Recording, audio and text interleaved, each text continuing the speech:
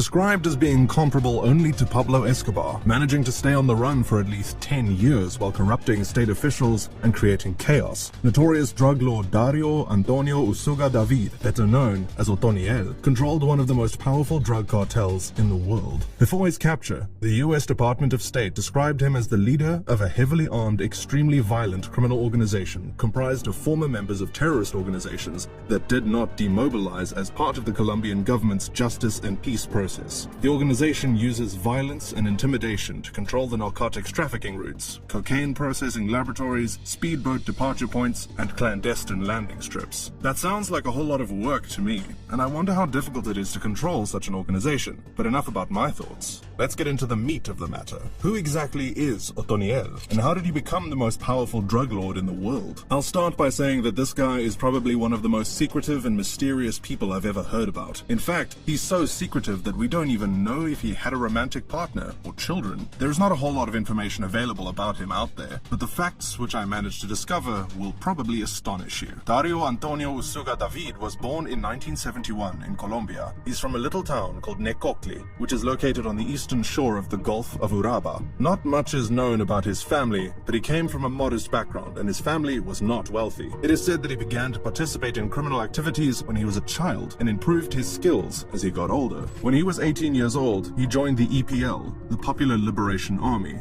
This very well-known guerrilla group, which was formed in 1967, had the main objective of defending the poor against greedy landowners and the government. Initially, their efforts were mostly unsuccessful, and some of their main leaders were killed in military operations. 2 years ago, after Usaga joined this organization, a peace agreement was made with the government, and the members went back to doing whatever they did previously. I suppose this caused him to become a bit bored, and sources revealed that he may have simply joined the group for the excitement. His mother once stated in an interview that her son was not a revolutionary, but that's all there was around at the time, so he went with them. A while later, he joined the United Self-Defenses of Colombia, or AUC. This was a Colombian far-right paramilitary and drug trafficking group, which was the most active between the years of 1997 and 2006. They participated in some gruesome, ruthless attacks, including some against civilians. One such attack is called the Mapiripan Massacre, which occurred in 1997. The conscienceless men arrived at the town of Mapiripan and used chainsaws and machetes to murder several civilians. Afterwards, the bodies were thrown into a river, and that is why it is hard to tell exactly how many people were killed. But the US State Department reckons that at least 30 civilians brutally lost their lives that day. So, this was just to give you an idea of the type of guys Usaga surrounded himself with, and perhaps who he aspired to become.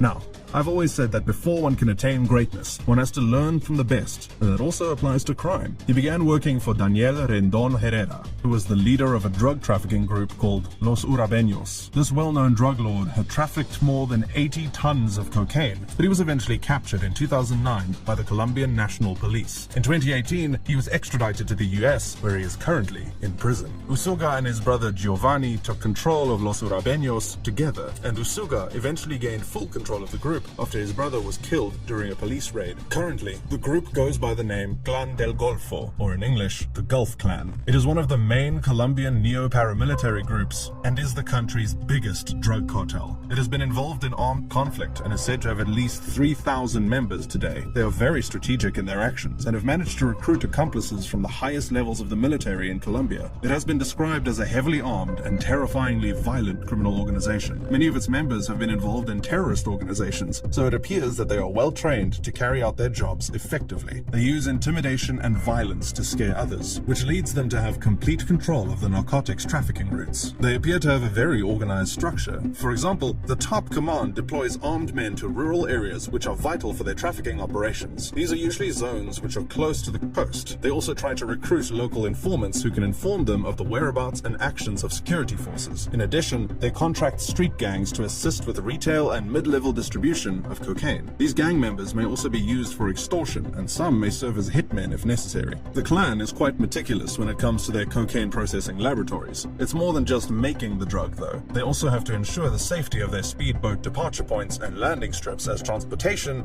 is an integral part of the trade. They do not operate from only one location in Colombia. They are present in 13 departments, which are mostly located in the northwestern part of the country. Their main source of income comes from the trafficking of cocaine, and it is said that they are the largest single distributor of cocaine in the world. This has caused them to develop economic partnerships with cartels in Mexico, European crime groups, and the Albanian mafia. Some of these criminal groups split their profits with the clan. They have not been at peace with other groups, and in 2011 they declared war against another Colombian drug cartel and paramilitary group named Los Rastrojos. Their main conflict centered around control of the drug trade in Medellin. Homicide rates increased significantly because of this and several other drug trafficking organizations. The Colombian police had been trying to arrest Usaga since 2011, but he managed to avoid them for many years. In 2015, Colombian law enforcement ramped up its effort and over 1,000 anti-drug police went looking for him. Later that year, a police helicopter which was searching for him crashed and killed 18 people. The United States, being also affected by the actions of the clan, offered a $5 million reward for anyone who could inform them of his whereabouts, thus leading to his arrest. But it seemed like he was invincible, because this did not lead to his capture. Not one soul uttered a sound about Usaga's possible whereabouts. His luck eventually ran out. In 2021, law enforcement finally came to a conclusion about his location, because they were tracking specific cartel members who were bringing Usaga medication for his kidney disease. It appeared that Usaga's hideout was in the Urabá, Antioquia region of Colombia, close to the border with Panama. This is where it starts to seem like a really intense action movie. On the morning of October 22nd, 2021, El Blanco, which was the code name of the military team, along with hundreds of troops, surrounded the hiding place. 20 helicopters and 10 surveillance drones also surrounded the area. Any river or road that could have been used as an escape route was blocked.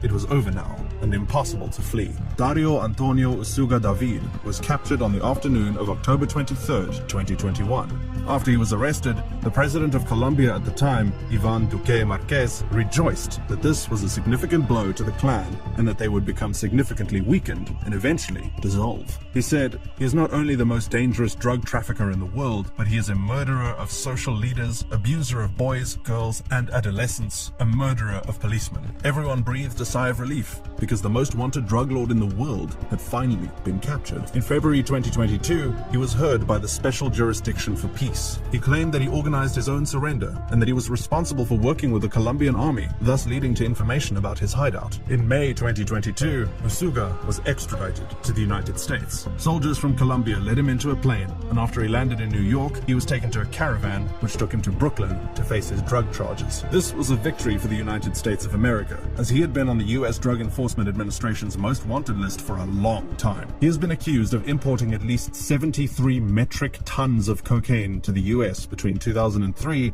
and 2014. He was able to do this through utilizing channels in different countries such as Venezuela, Mexico, Honduras, Panama, and Guatemala. Some of Usaga's victims were opposed to his extradition because they felt it would prevent them from receiving the justice and reparations they deserved. He had over 128 proceedings against him in Colombia, and this would allow him to avoid them all. However, the president at the time tried to put their minds at ease by letting them know that he'd collaborate with the US in the investigations against him. After he completes his drug trafficking sentences in the US, it is expected that he will return to Colombia to pay for the crimes he committed. And there you have it. That's all I know about the world's most powerful drug lord. If you enjoyed the video, I have lots more. You can start with the one on the screen. See you there.